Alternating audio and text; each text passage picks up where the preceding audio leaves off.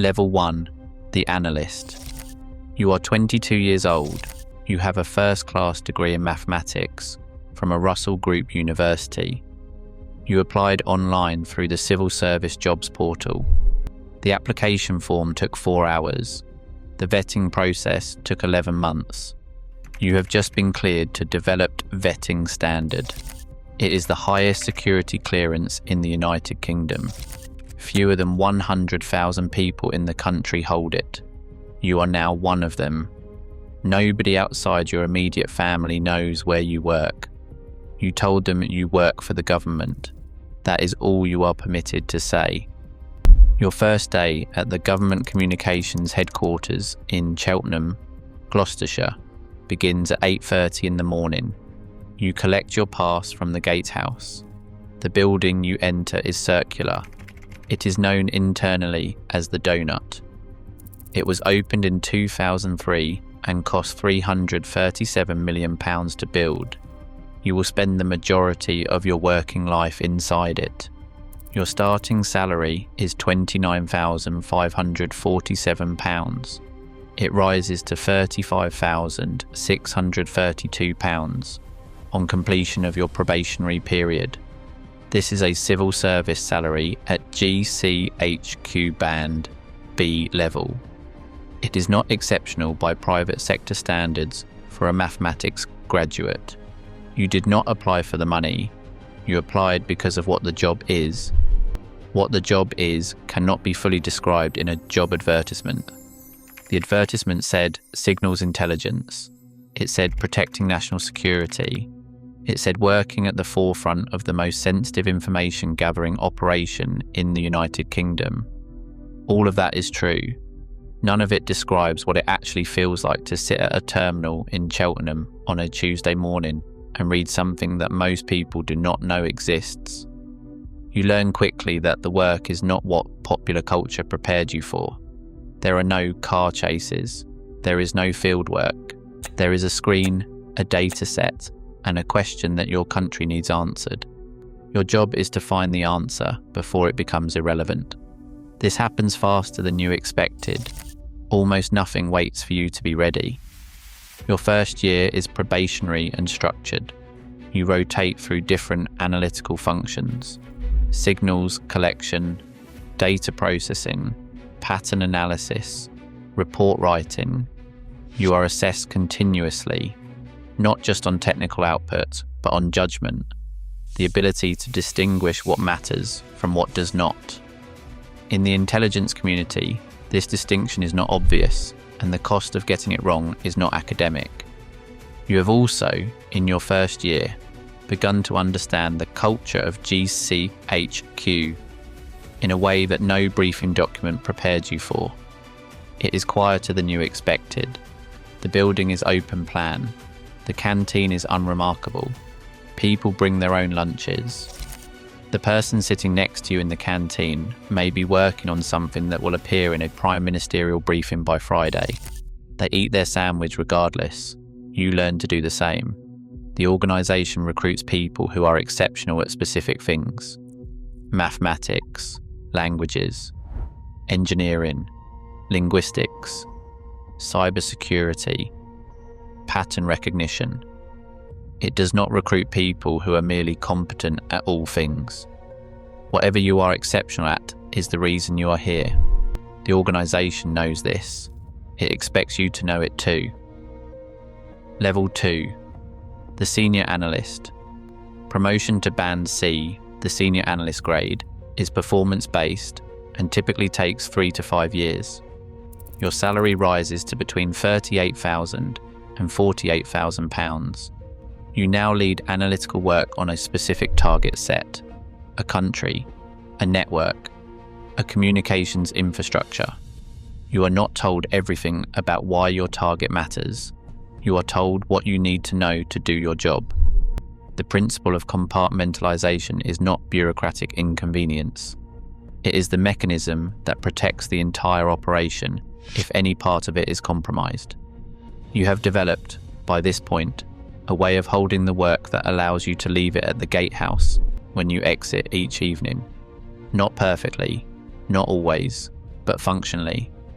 The alternative is not sustainable, and you have seen what unsustainable looks like in colleagues who did not find that mechanism in time. You have also begun to write intelligence reports that go to customers outside GCHQ, the National Security Council, the Cabinet Office, ministers. You do not know which ministers read your reports. You know that someone does, because occasionally an analytical line you identified appears in a policy decision that is reported in a newspaper the following week.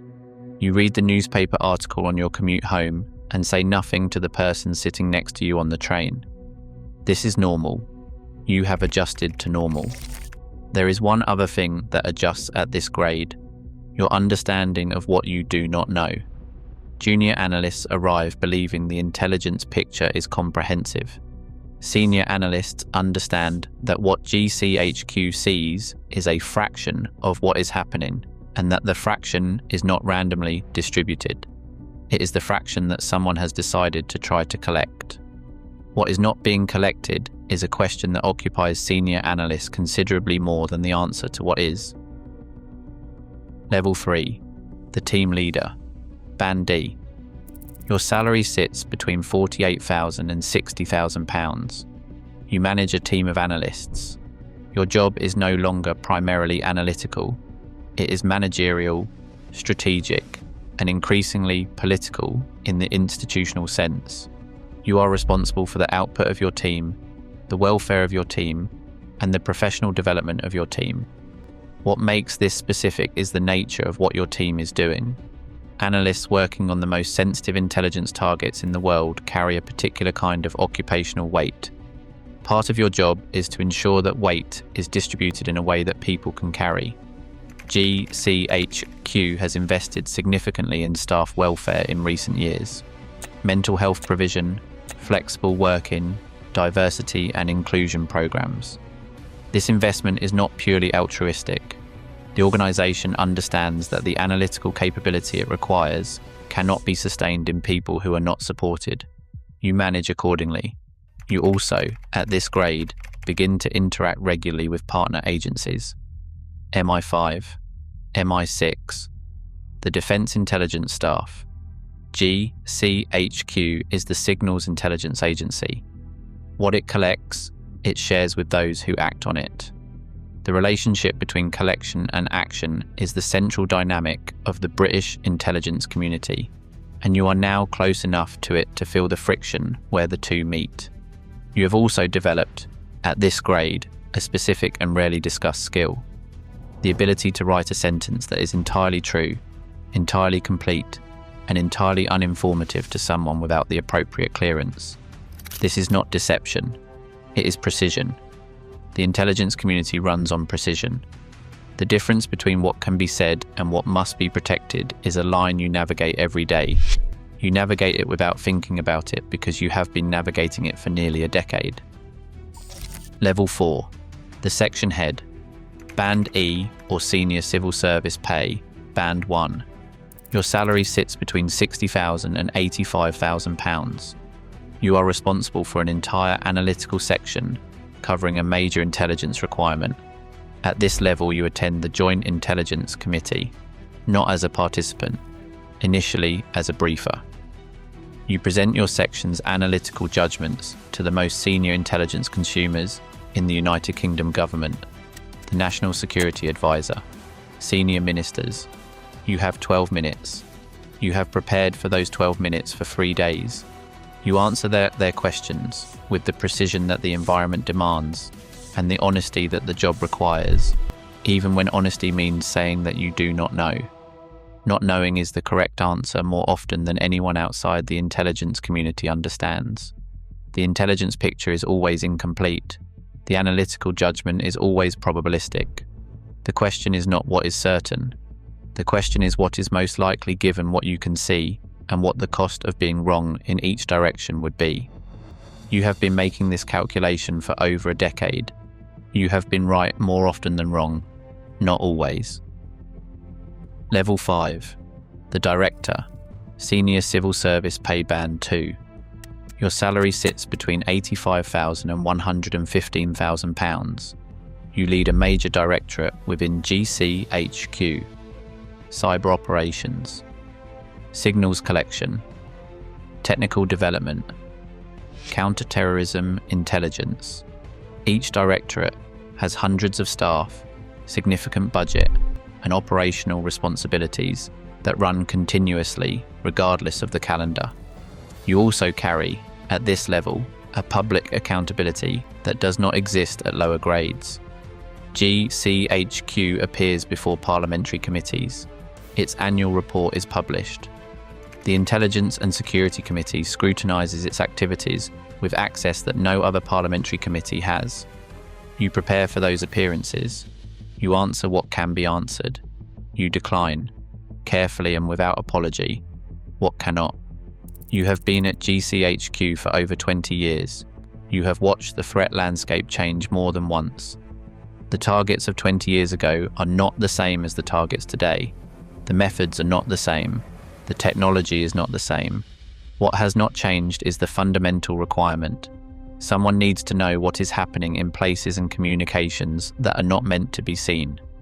GCHQ is the organisation that provides that knowledge.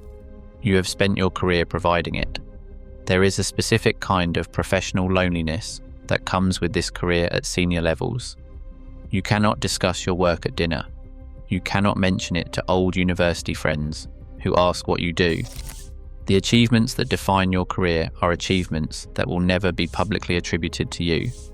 There are people alive today because of analytical work that was done in this building, and that will not be declassified within your lifetime. You know this. You do not require acknowledgement. You required, a long time ago, to come to terms with not requiring it. Level 6. The Director General. There is one Director General of GCHQ. The salary reaches approximately £190,000. The Director General is appointed by the Prime Minister on the recommendation of the Foreign Secretary. The appointment is public. The name is public. Since the organisation acknowledged its own existence in 1983, the Director General has been a named public figure. This is a recent development in the context of an organisation that was secret for the entirety of its first 6 decades of existence. You brief the Prime Minister. You attend the National Security Council. You are accountable to the Intelligence and Security Committee of Parliament. You manage an organisation of over 6,000 staff, with a classified budget that has grown significantly since 2013. You are responsible for the signals intelligence that underpins British foreign policy, counter-terrorism, operations, military activity, and cybersecurity. The threats you face do not stop for weekends, holidays, or the domestic political calendar. Neither do you. GCHQ was established in its current form in 1945 from the Wartime Government Code and Cipher School at Bletchley Park. The mathematicians and linguists who worked at Bletchley shortened the Second World War by an estimated 2 years. Every analyst who has joined since carries that lineage, whether they know it or not. From the 22-year-old who passed 11 months of vetting to sit at a terminal in Cheltenham and read things most people will never know exist, to the Director General who briefs the Prime Minister on signals intelligence that shapes the security of the nation. GCHQ is 6,000 people, one circular building in Gloucestershire, and an institution that has been reading the world's secrets since 1919. The clearance on your pass tells the building what you are allowed to see. It does not tell you what you will wish you had not seen. If you want to see what this looks like inside the UK ambulance service, that video is next. Every rank, every reality.